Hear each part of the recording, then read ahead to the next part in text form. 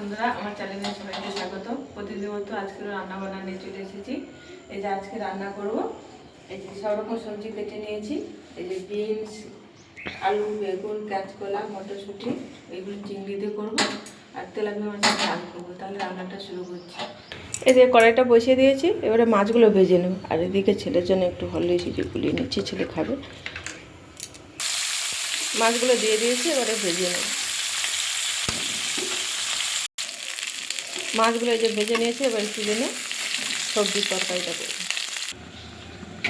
দিয়ে দেবো 5 ফোড়ন আর চিংড়ি আর পেঁয়াজটা দিয়ে ভেজে নেব। এইভাবে করে নিয়েছি, এবারে সবজিটা দিয়ে দিচ্ছি।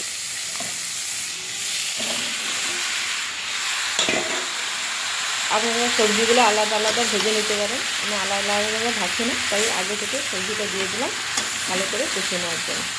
পরিমাণ মতো লবণ দিয়ে ভালো করে ভেজে নেব। আর দিয়ে দিয়েছি যে অল্প করে আদা, এই সাথে আদাটাও ভাজা ভাজা হয়ে যাবে সবজির সঙ্গে। এবারে ভালো করে সবজিটা এই যে এইভাবে কষে নিয়েছি। এবারে একটু জিরে ধনের বাটা, লঙ্কার গুঁড়ো, হলুদ গুঁড়ো দিয়ে কষে জল দিয়ে দিই। এই জিরে ধনের বাটা, হলুদ গুঁড়ো, লঙ্কার গুঁড়ো এবারে ভালো করে কষে জল দিয়ে দেবো। কষানো আমার প্রায় সিদ্ধ হয়ে গেছে। দেখুন বেগুন দিয়ে এইভাবে কষে নিয়েছি, এবারে জল দিয়ে দেবো অল্প করে। সবজির তরকারিটা এইভাবে যে করে নিয়েছি, এবারে নামিয়ে নেব। দিয়ে কড়াইটা দিয়ে বসিয়ে দেব।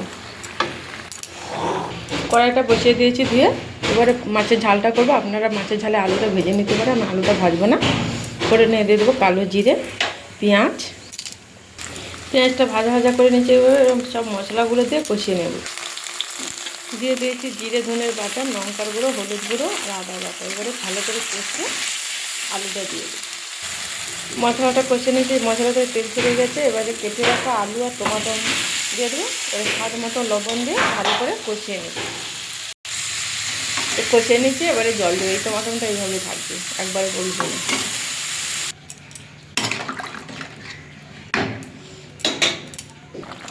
ঝোলটা ফুটে গেছে, এবারে মাছগুলো দিয়ে দেবো। দিয়ে 1 মিনিট মতন ফুটে নামিয়ে নেব।